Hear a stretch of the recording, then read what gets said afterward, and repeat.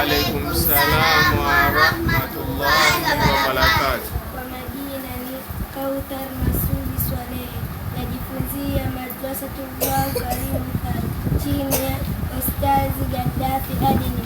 Somo langu linahusu msamaha. Enyi ndugu zangu, hakika ya msamaha ni nguzo kubwa sana, japokuwa wengi wetu hatujui.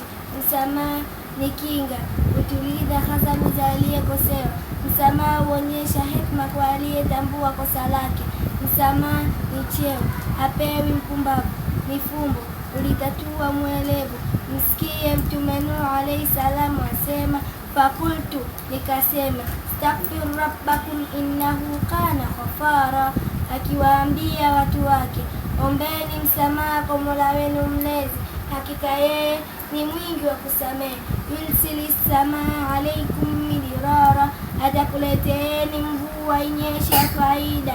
Wayumdidkum biamwalin wa banin, waj'al lakum jannati waj'al lakum anhar, na atakupeni mali na wana, na atakupeni mabustani, na atakufanyieni mito. Malakum la tarjuna lillahi waqara, mna nini hamweki heshima kwa Mwenyezi Mungu? Surati Nuh aya ya 10 mpaka 13, aya ya 10 mpaka 13. Tutosheke na mafunzo kutoka kwa Mtume Nuh alayhi salam. Kuomba msamaha kunafungua mengi.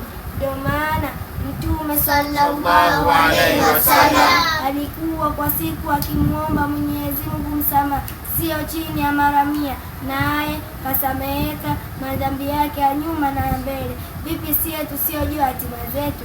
Tujitahidini sana. Wabillahi tawfik. Assalamu alaykum.